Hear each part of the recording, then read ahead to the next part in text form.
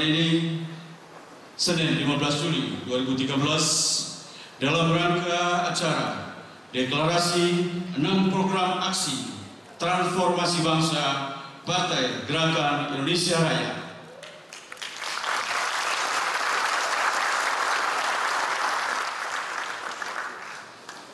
Yang kami hormati dan kami banggakan para guru besar dan tokoh akademisi dari perguruan tinggi se-Indonesia yang hadir bersama kita pada kesempatan sore hari ini. Yang kami hormati Ketua Dewan Pembina Partai Gerakan Indonesia Raya Bapak Haji Prabowo Subianto dan para anggota Dewan Pembina. Yang kami hormati Ketua Dewan Pakar Partai Gerakan Indonesia Raya Bapak Profesor Dr. Insinyur Burhanuddin Abdullah.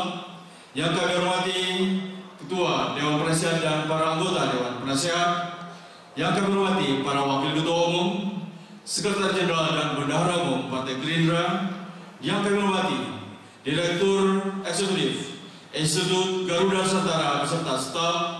Yang kami hormati Badan Komunikasi Partai Gerindra. Yang kami hormati para pengurus Dewan Pimpinan Pusat Partai Gerakan Indonesia Raya, hadirin undangan yang berbahagia, dan juga kami hormati dan kebanggakan rekan-rekan mass media dari luar negeri maupun dari dalam negeri yang hadir pada sore hari ini. Baiklah, kita segera memulai acara deklarasi 6 program aksi transformasi bangsa Partai Gerakan Indonesia Raya 2014-2019. Kita awali dengan menyajikan lagu kebangsaan Indonesia Raya. Hadirin dimohon untuk berdiri.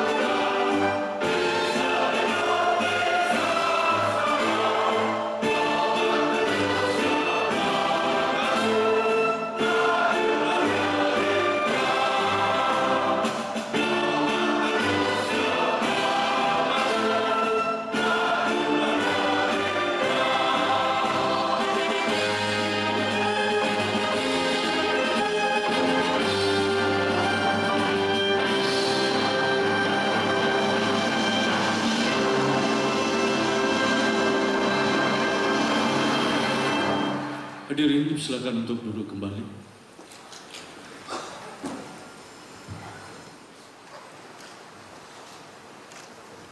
Bismillahirrahmanirrahim. Assalamualaikum warahmatullahi wabarakatuh. Salam sejahtera bagi kita sekalian. Shalom, Om Swastiastu.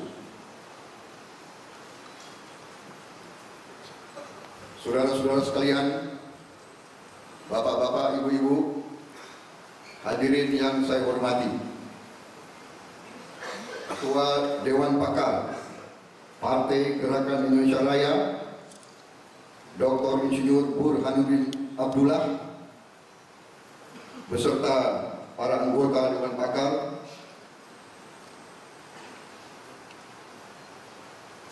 Ketua Direktur Eksekutif Institut Garuda Nusantara, Dr. Insinyur Rahmat Pambudi, beserta jajarannya, para anggota Dewan Pakar Partai Gerindra, Ketua Umum, Wakil Ketua Umum, Sekretaris Jenderal, dan seluruh jajaran Dewan Pimpinan Pusat Partai Gerindra yang hadir, para anggota Dewan Pembina yang hadir, Ketua Dewan Penasihat dan anggota Dewan Penasihat Partai Gerindra yang hadir, Ketua Dewan Penasihat Bapak Dr. Haryadi Darmawan, para rekan-rekan dari media tulis dan media elektronik yang bersedia hadir, para kawan-kawan, teman-teman dari media online yang hadir di sini, para anggota Dewan Perwakilan Rakyat Republik Indonesia yang berkenan hadir. Pertama-tama, marilah kita di bulan suci ini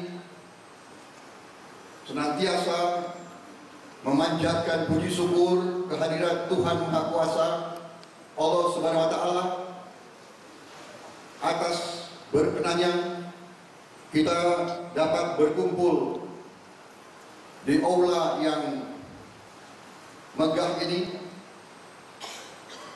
untuk bersama-sama hadir dalam suatu acara deklarasi yang diselenggarakan oleh Partai Gerakan Indonesia Raya dalam rangka tugas konstitusionalnya, yaitu memberi kepada rakyat Indonesia suatu program aksi yang merupakan hasil pemikiran yang mendalam dari sebuah tim pakar yang telah bekerja kurang lebih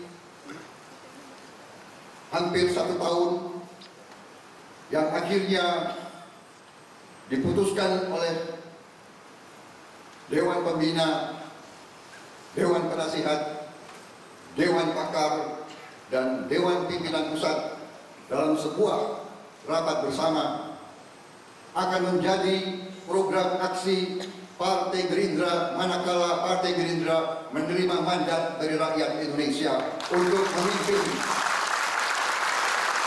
pemerintahan Republik Indonesia dari tahun 2014 untuk 5 tahun ke depan.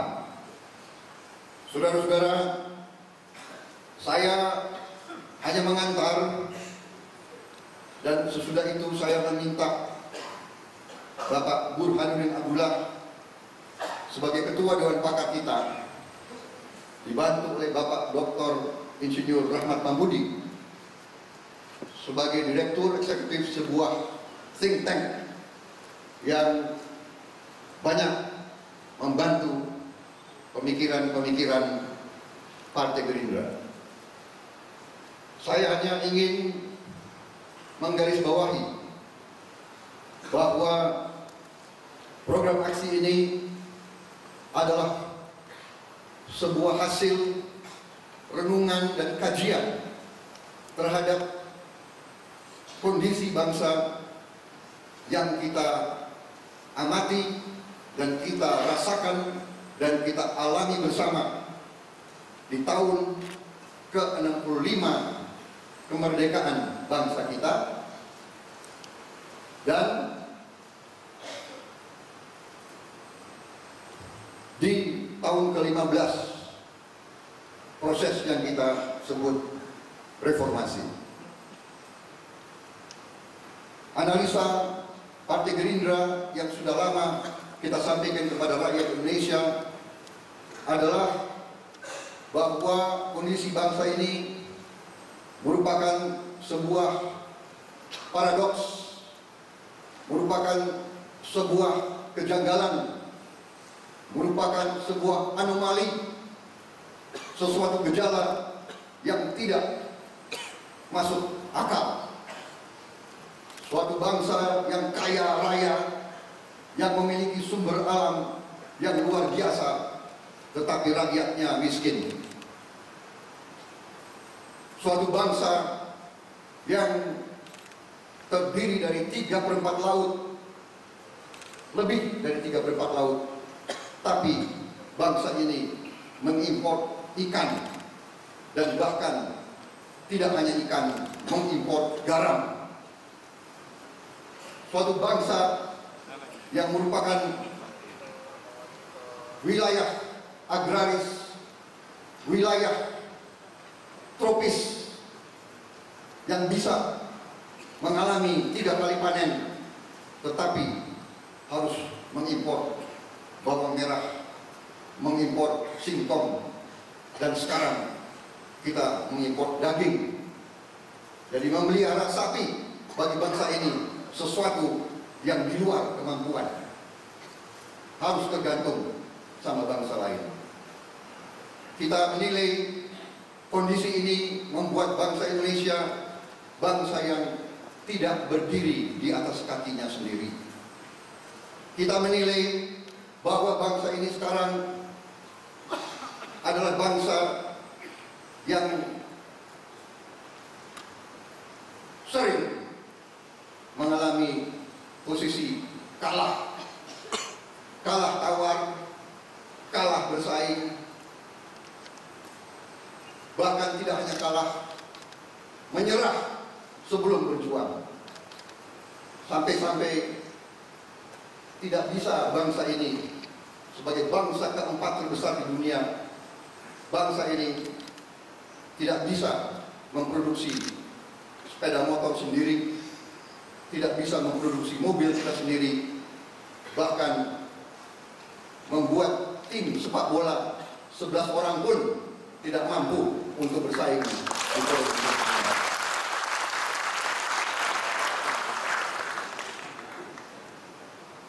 Kita menamakan program aksi ini adalah program aksi transformasi bangsa, karena ini yang kita ingin lakukan.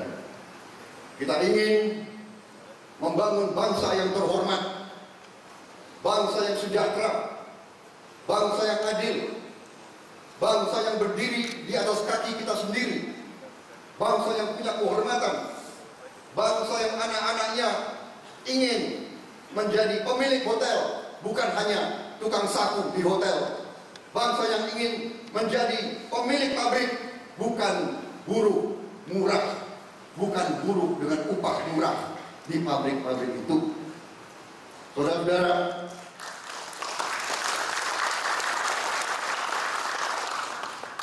program aksi ini saya minta dipaparkan oleh penyusun.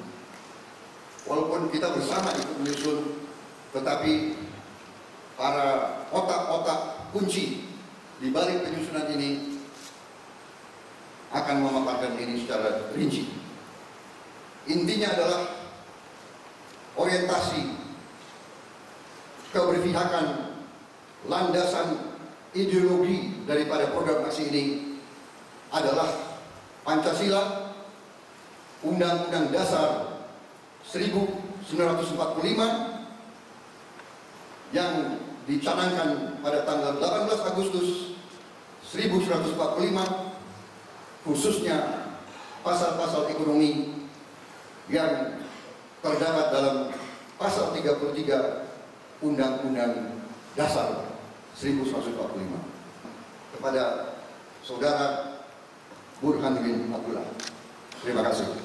Wassalamualaikum warahmatullahi wabarakatuh. Dari program aksi adalah sebagaimana saya ungkapkan tadi, kita ingin melaksanakan ekonomi kerakyatan. Yang butir pertama pun tadi sebetulnya napasnya tetap adalah ekonomi kerakyatan. Di dalam konteks ekonomi kerakyatan ini, kita ingin memprioritaskan peningkatan alokasi anggaran untuk program pembangunan pertanian, kehutanan, perikanan, kelautan, koperasi, UMKM, industri kecil dan menengah dari 2,1% pada saat ini diusahakan secara bertahap menjadi 10%. Ini satu langkah yang saya kira cukup besar.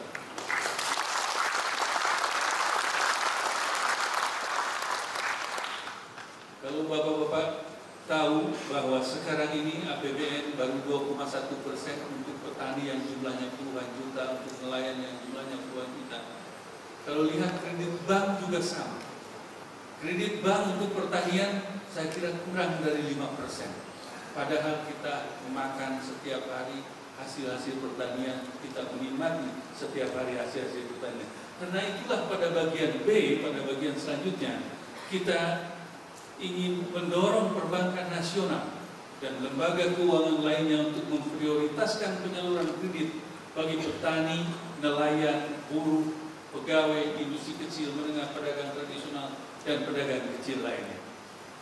Perbankan kita selama ini lebih banyak kepada usaha-usaha besar. Kalau saya boleh mengatakan, krisis di masa lalu, mengapa perbankan perlu direkapitalisasi? Pada waktu itu bukan karena petani, bukan karena nelayan, tetapi karena perusahaan-perusahaan footloose yang kemudian karena krisis dia keluar dari Indonesia dan meninggalkan hutang yang banyak.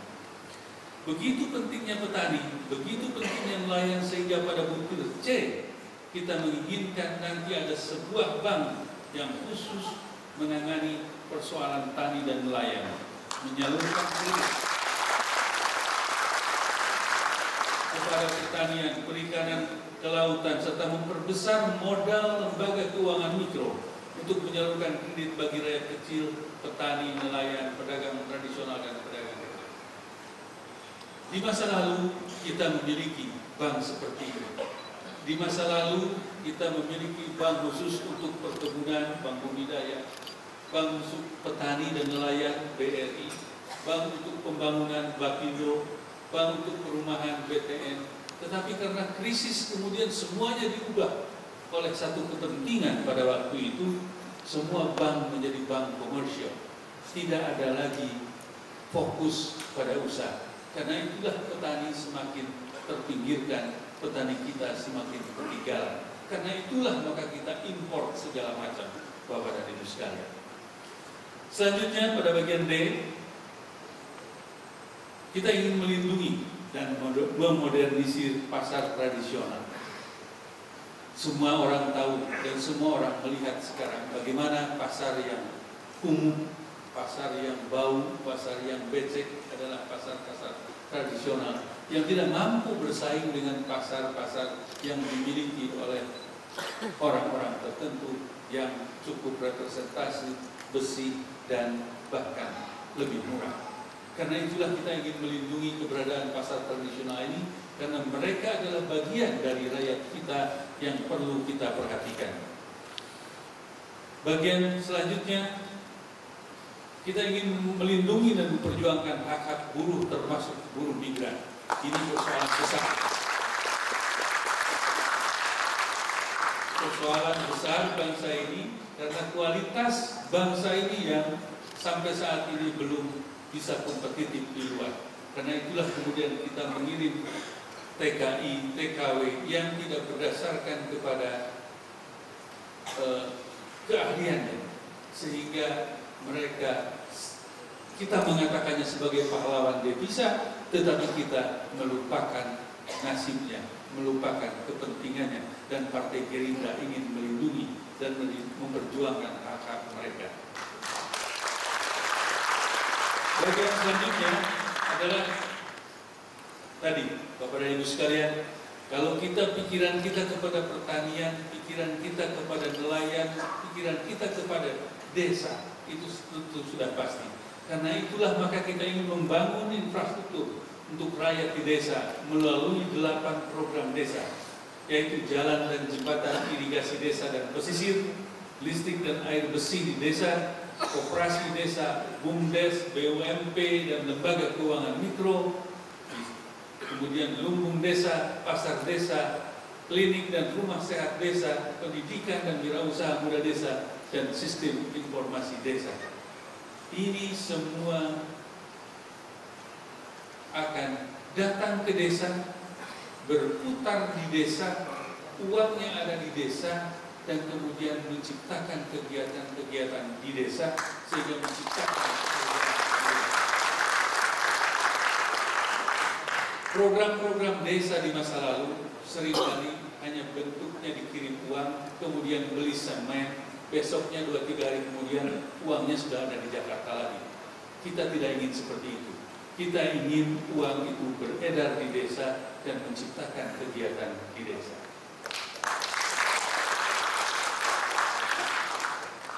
Next. Ini yang barangkali akhir-akhir ini menjadi penting, karena ada 20% dari 20% atau berapa dari jemaah haji kita yang ditunda. Kita ingin mendirikan lembaga tabung haji. Kita ingin melayani mereka supaya jemaah kita yang dari tahun ke tahun terus bertambah semakin baik pelayanannya. Dan saya kira dengan cara ini sesuatu akan bisa dilakukan oleh pemerintah yang akan datang yang dipimpin oleh Partai Gerindra.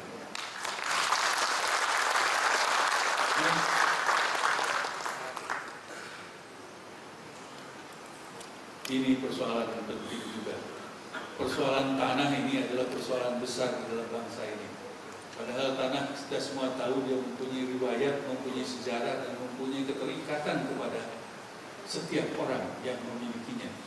Karena itulah kita ingin mempercepat implementasi reformasi agraria untuk meningkatkan akses dan penguasaan lahan yang lebih adil dan berkerakyatan, menyediakan rumah murah sederhana bagi rakyat. Sulitnya petani sekarang ini, kalau dia ingin bertani, dia harus punya sawah, dan sawahnya harus dibeli dengan harga yang cukup mahal. Dia nabung seumur hidup dan bahkan itu mungkin warisan dari orang tuanya. Tetapi petani-petani besar sekarang tidak perlu membeli tanah, cukup dengan izin sana, izin sini, kemudian dapat juga kredit dan lain sebagainya, sehingga petani kita yang ada di desa-desa itulah yang semakin menderita. Karena itu kita reformasi agraria mendapat prioritas yang penting bagi Partai Gerindra. Selanjutnya, ini adalah program aksi yang ketiga. Kita ingin membangun kedaulatan pangan dan energi serta pengamanan sumber daya air. Kita harus berdaulat secara pangan. Kita harus berdaulat secara energi. Karena itulah yang menjadi persoalan hidup yang paling dasar bagi manusia. Saya ingin menyampaikan kepada hadirin sekalian, saya masih ingat di dalam pikir saya, tahun 62 yang lalu, Menteri Keuangan pada waktu itu Pranseda menulis sebuah artikel yang judulnya, artikelnya pendek, hanya 2 halaman. Judulnya Beras dan Bensin Itulah Masalah Kita. 50 tahun kemudian, 51 tahun kemudian, tahun 2013, beras dan bensin masih menjadi masalah kita. Ini sesuatu tantangan yang sangat besar. Tidak boleh 50 tahun dibiarkan persoalan beras seperti itu. Tidak boleh dibiarkan energi dibiarkan seperti itu. 5 tahun yang akan datang itu tidak akan menjadi persoalan lagi kalau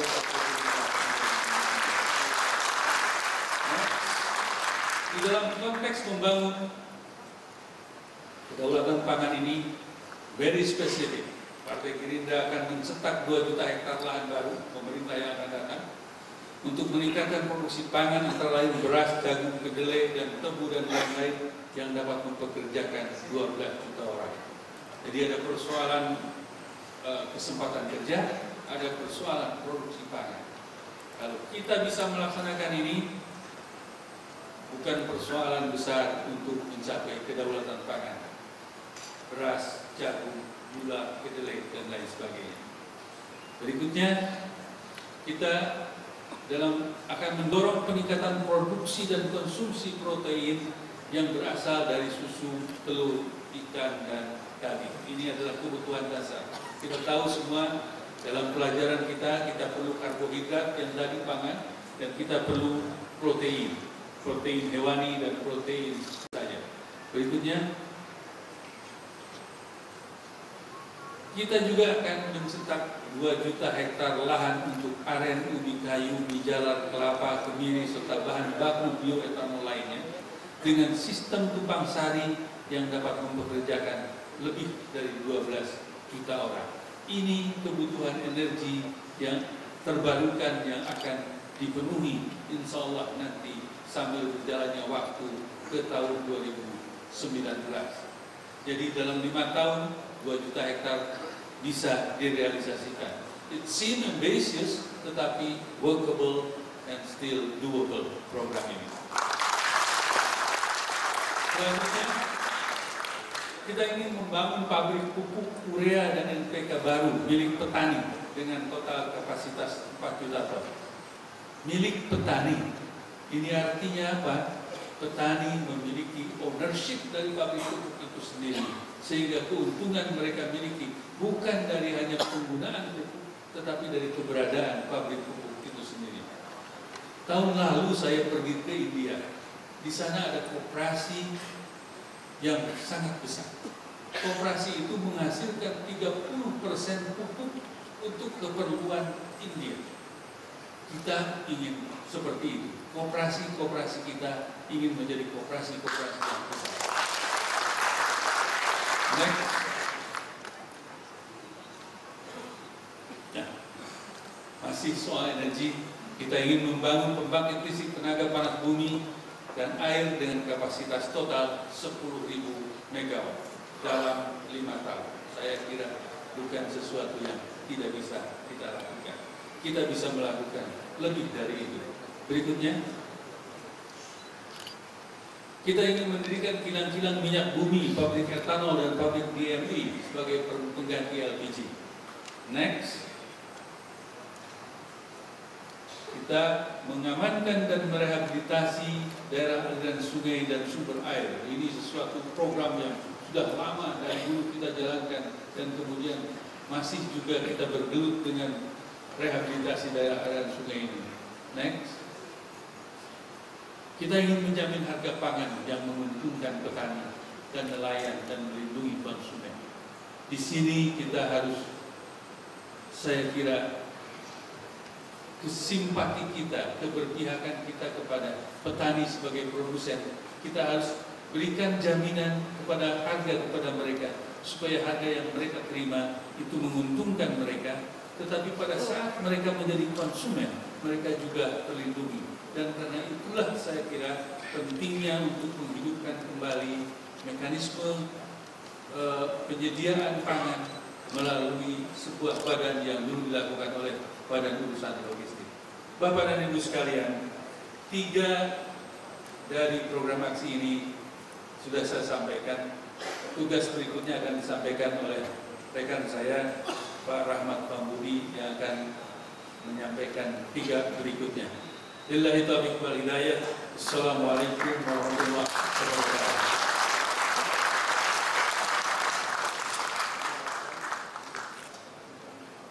Karena waktunya sudah makin mepet, mohon izin saya langsung saja membacakan satu persatu. Jadi selanjutnya Partai Gerindra fokus juga kepada prioritas untuk membangun sumber daya manusia yang baik.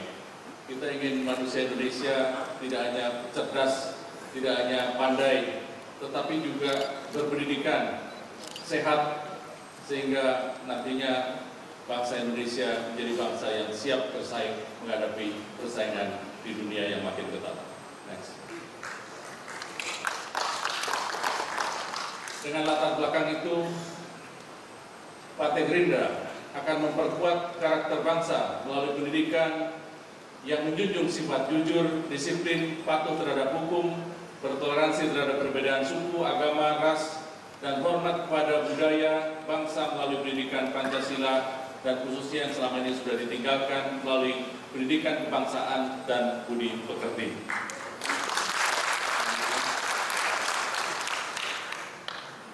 Melaksanakan wajib belajar 12 tahun dengan biaya negara, menghapus pajak buku yang selama ini membebani para anak didik kita, menghentikan model penggantian buku pelajaran setiap tahun dan mengembangkan pendidikan jarak jauh,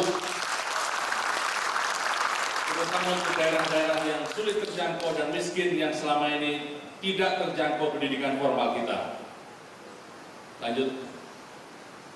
Merevisi kurikulum nasional yang berorientasi pada upaya memantapkan pengembangan budaya bangsa yang berlandaskan Pancasila dan Undang-Undang Dasar 1945, memajukan karsa dan karya bangsa memiliki daya saing yang tinggi, serta memanfaatkan pengembangan ilmu, pengetahuan, dan teknologi dengan menghargai kearifan lokal kita.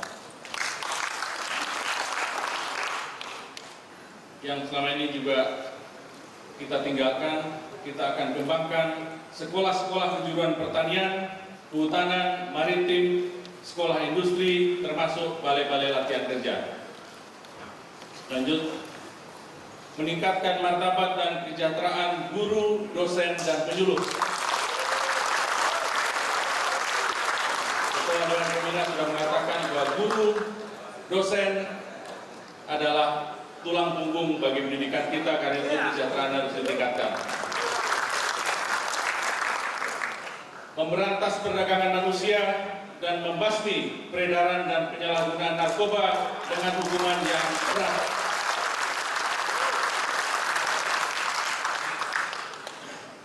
Menyediakan komputer di sekolah dasar di dalam program Maksik.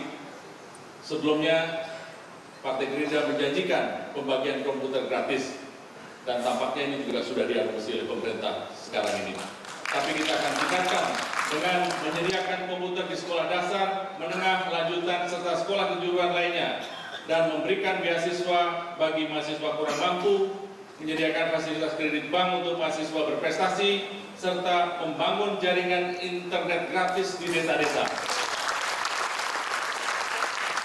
Lanjut, menjamin pelayanan kesehatan gratis bagi rakyat miskin, mengembangkan rumah sakit modern di setiap kabupaten dan kota dengan memberikan jaminan sosial untuk fakir miskin, penyandang cacat, dan rakyat terlantar. Meningkatkan peran PKK, Posyandu, dan pusat kesehatan masyarakat. Kita tahu bahwa banyak rakyat kita kekurangan gizi, karena itu kita juga ingin menggerakkan revolusi putih mandiri dengan menyediakan susu untuk anak-anak miskin di sekolah, dengan mendirikan proyek-proyek sapi perah dan kambing di lingkungan masing-masing. Selama ini Partai Gerindra sudah membagikan susu pada anak SD, tapi jumlahnya masih terbatas. Selanjutnya, mewajibkan sarjana dan dokter yang baru lulus untuk mengabdi di kantong kemiskinan dan daerah-daerah tertinggal di seluruh wilayah Indonesia. Melestarikan peninggalan dan warisan budaya bangsa sebagai kekuatan dan pemersatu bangsa.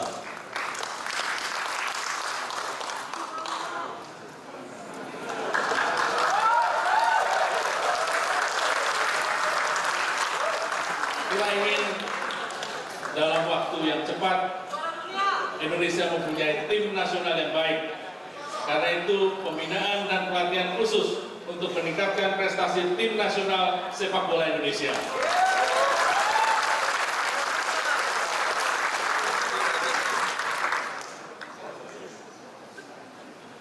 Selanjutnya, membangun infrastruktur dan menjaga kelestarian alam serta lingkungan hidup. Ini untuk program yang kelima.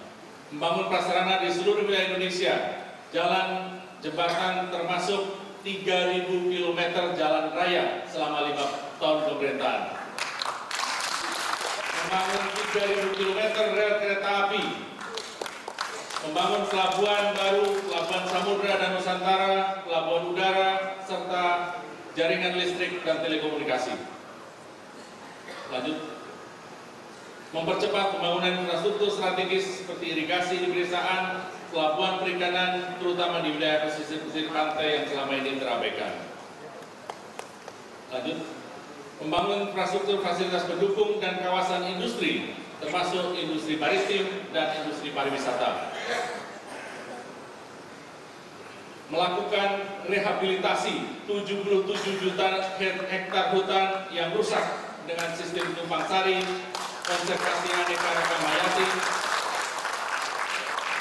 membangun hutan lindung, taman nasional, dan suaka alam. Lanjut. Mencegah dan menindak tegas pelaku pencemaran lingkungan dan melindungi flora fauna sebagai bagian dari aset bangsa. Mengembangkan infrastruktur pendukung di pulau-pulau terluar kita. Membangun pemerintahan yang bebas korupsi, kuat, tegas, dan efektif merupakan bagian dari 6 program aksi. Yang pertama, mempercepat peningkatan kesejahteraan aparatur negara dan mengakselerasi reformasi birokrasi untuk mencapai sistem birokrasi yang efisien dan melayani dengan menerapkan sistem insentif dan hukuman yang efektif. Menciptakan kepastian dan menegakkan hukum tanpa pandang bulu dengan seadil-adilnya. Mencegah dan memberantas korupsi, kolusi, dan nepotisme dengan menerapkan teknik-teknik manajemen yang terbuka dan akuntabel. Meningkatkan kesejahteraan prajurit, Tentara Nasional Indonesia, Polri, pegawai negeri, sipil dan keluarganya, termasuk para veteran dan pensiunnya.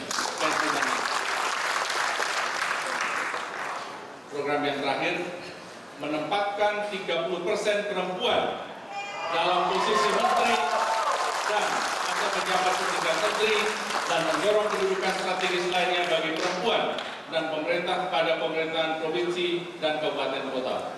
Saya kira program ini adalah program khusus dari 1 sampai 6 semua menjadi prioritas. Semoga deklarasi 6 program aksi transformasi bangsa Partai Gerindra mendapatkan aklamasi.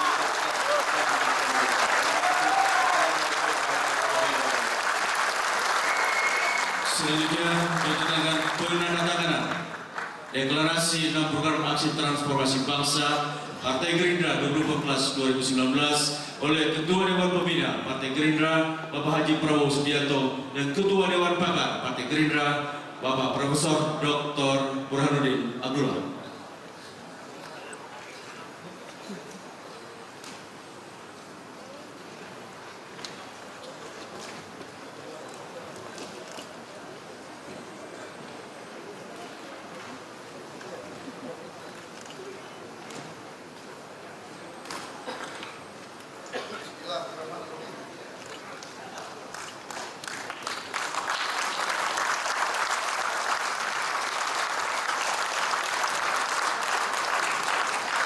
Inilah penandatanganan deklarasi 6 program aksi transformasi bangsa Partai Gerakan Indonesia Raya 2014-2019.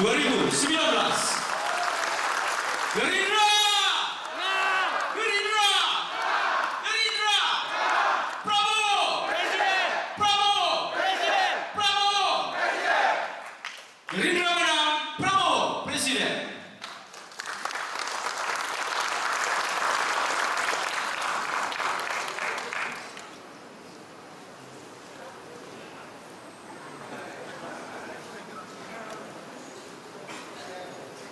Dan setelah ini kami akan berikan kesempatan kepada media.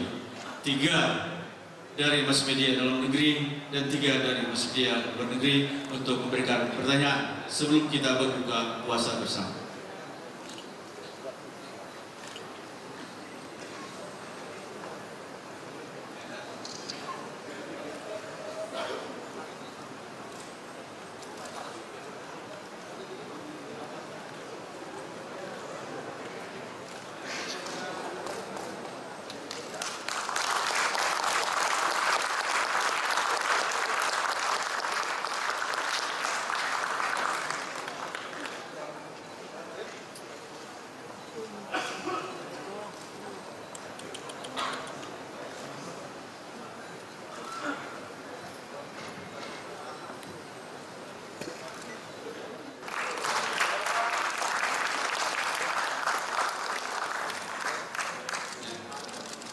Selanjutnya kami mohon kepada Ketua Dewan Pembina, Ketua Dewan Pakar dan para pengurus DPP untuk kembali ke tempat untuk sama-sama kita menerangkan pertanyaan. Yang ingin menyoroti masalah pertanian, Pak. Ini setiap tahun lahan kita berkurang 600.000 hektar. Di pihak lain ada 43 juta hektar lahan yang idle, tetapi tidak boleh ditanami tanaman pangan karena itu milik Kementerian Kehutanan. Nah, ini mungkin nanti pemerintah yang mendatang bisa menghilangkan ego sentral supaya apa yang dicanangkan di sini bisa tercapai, ketahanan energi dan pangan. Yang kedua mengenai energi, Pak. Ini sangat menyedihkan bahwa Indonesia ini negara maritim, tetapi belum ada pilot project menggunakan tenaga arus laut, marine current energy for electricity. Pada saat ini sedang dibangun 1 unit bantuan PBB. Nah, sedangkan Korea ini yang cuma perairannya itu sempit sekali, ini sudah punya banyak sekali pilot project. Yang ketiga, satu media satu pertanyaan. Mohon Pak. Oke, terima kasih Pak. Please from Foreigns Media. Karishma Vaswani from ABC News, sir. I will speak in English if you don't mind. I wanted to just say that the plans you've outlined sound very ambitious, and if you're able to actually pull through with them, this country will be in a much better state than it currently is in. But I'd like to ask how you plan to implement all of these very ambitious plans, and what makes you think that you'll succeed where others have failed?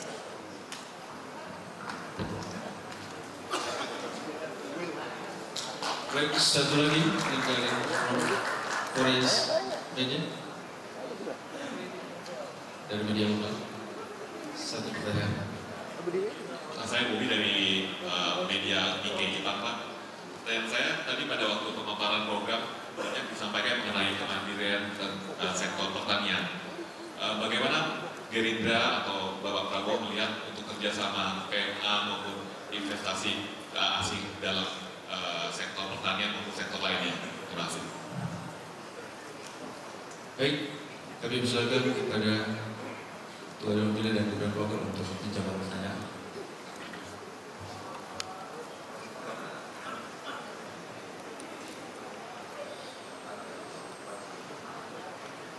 Baik, yang pertama tentang bagaimana daerah pertanian atau lahan pertanian dulu. Sesungguhnya kita sama sekali belum memanfaatkan hutan kebun sebagai sumber pangan.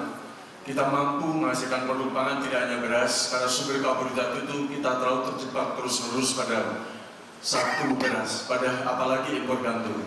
Di hutan kita banyak namanya polo kependem, polo sampar, polo kebandung. Pangan yang berada di dalam perut bumi, pangan yang berada di atas bumi, dan pangan yang di atas bumi itu ratusan bahkan bisa mencapai ribuan jenis sumber karbohidrat kita yang tersebar tidak hanya yang sekarang disebut sebagai sawah. Kita bisa ambil di dalam kebun, bahkan saya sudah nulis bukunya Hutan Kebun sebagai Sumber Pangan Nasional, bahkan pernah ditandatangani oleh 3 menteri pada waktu Presiden Habibie yang belum sempat diimplementasikan.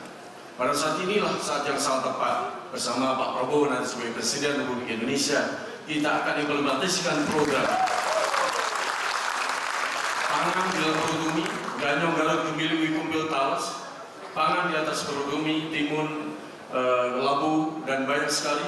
Obat yang ada 40.000 jenis, di atas ada pangan yang berasal dari apokat, pisang, kemudian sukun, berlimpah ruah di negeri ini yang sama sekali belum dimanfaatkan. Karena itu kita yakin bukan hanya mencukupi kebutuhan kita yakin Indonesia akan menjadi gudang pangan di seluruh dunia ini.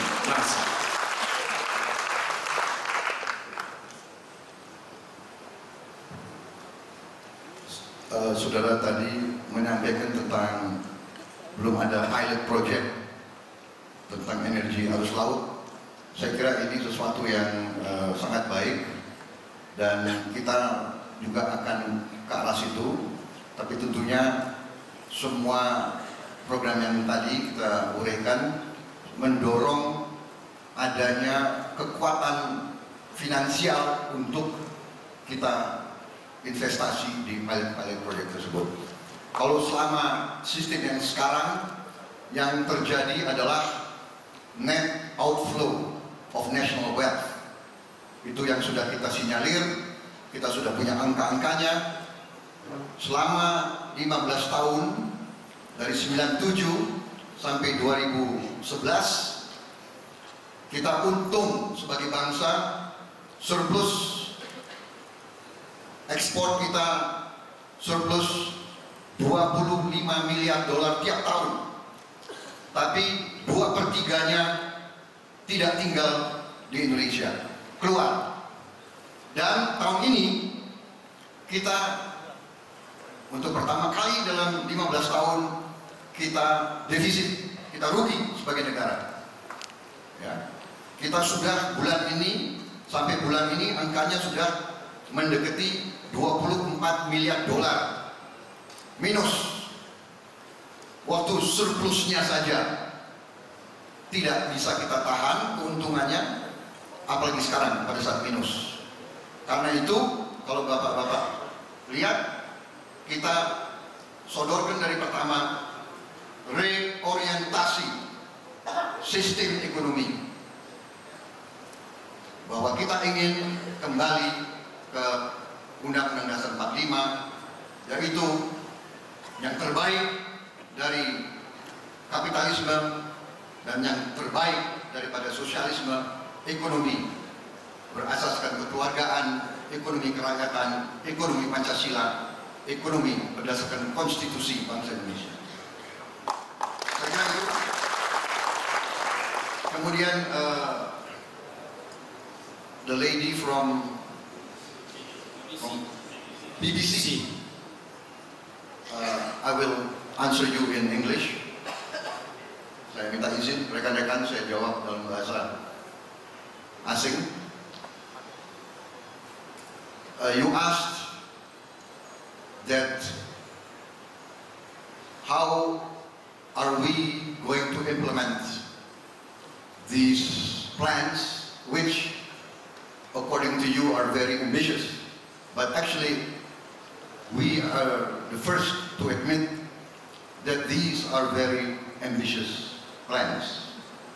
Not only ambitious, they are also very difficult to implement. We recognize that, but these plans are necessary because we face very daunting challenges. We face a population explosion. We face 50% of our population beneath the poverty line, according to the United Nations and the World Bank. So it's not a matter of whether we want or we can implement it, but it is and it has become an imperative. We have to implement it. We must implement it. This will be difficult. This will be daunting. It will be an uphill struggle. But we must understand that even if it's difficult, from difficulty? Are we not daring enough to overcome difficult hurdles? Do we surrender before we try? Before the colonialists say that Indonesia can never be independent, before they tell us that we are a weak people, that Indonesians are lazy, that Indonesians cannot do anything, they want us to remain weak. But our forefathers said, no, we want to be independent.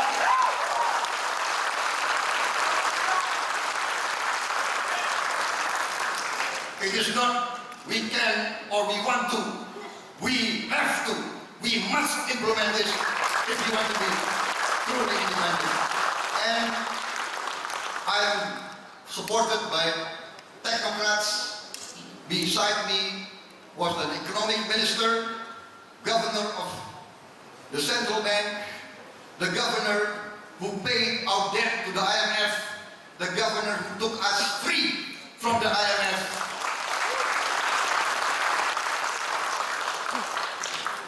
I have beside me experts who have been many years experience. We have studied the program. We have studied the challenges. We are convinced if we are given the mandate, we will achieve what we have planned today. Assalamualaikum warahmatullahi wabarakatuh. Salam sejahtera, Shalom, Om Swastiastu. Mari sama-sama kita panjatkan doa kepada Tuhan Yang Maha Esa, Allah Subhanahu wa Ta'ala. Bagi yang beragama Islam, saya mohon mengamini, dan bagi yang beragama lain, silakan berdoa sesuai agama dan kepercayaan masing-masing.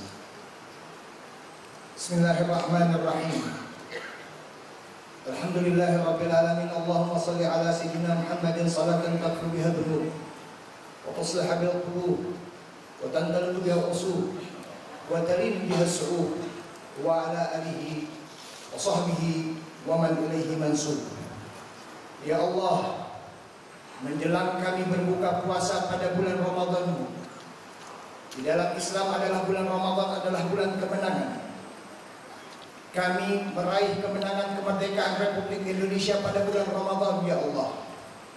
Dan pada hari ini juga kami mendeklarasikan 6 program aksi kami semata-mata berniatan sesuai dengan apa yang Engkau ajarkan melalui Nabi-Mu untuk memberikan yang terbaik bagi bangsa dan negara. Ya Allah, Nabi-Mu pernah berkata bahwa sesungguhnya mereka-mereka yang terbaik adalah mereka yang bisa memberikan manfaat untuk orang lain.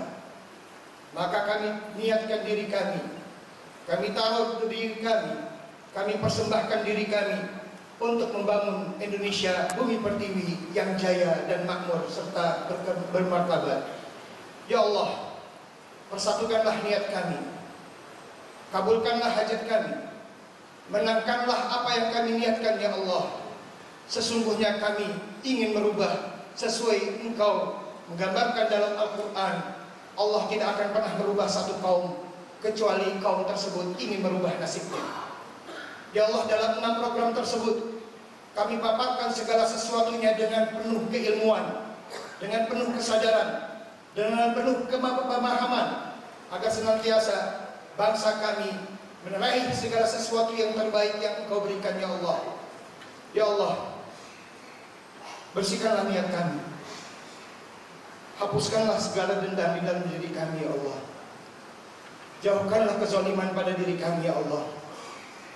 Ya Allah, tanamkanlah cinta kami kepada bangsa kami, ya Allah.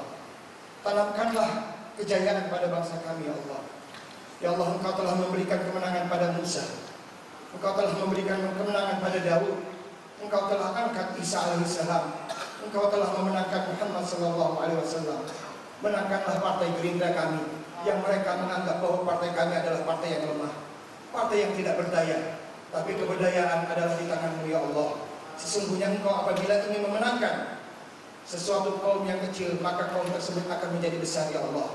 Menangkanlah kami, dan kelak jadikanlah presiden kami Prabowo Subianto sebagai pemimpin kami di 2014 sampai 2019. Amin, amin, ya Rabbal Alamin. Ya Allah, pada akhir bulan Ramadan ini, pada akhir waktu Ramadan ini, berilah hidayah kepada kami. Jauhkanlah kami, keluarga kami, putra-putri kami, bangsa kami, siapapun orang yang mencintai kami, daripada fitnah dunia, fitnah kubur, dan fitnah akhirat. Wassallallahu ala sayyidina Muhammadin nabiyil ummi wa ala alihi wasallam. Walhamdulillahi rabbil alamin. Wassalamualaikum warahmatullahi wabarakatuh.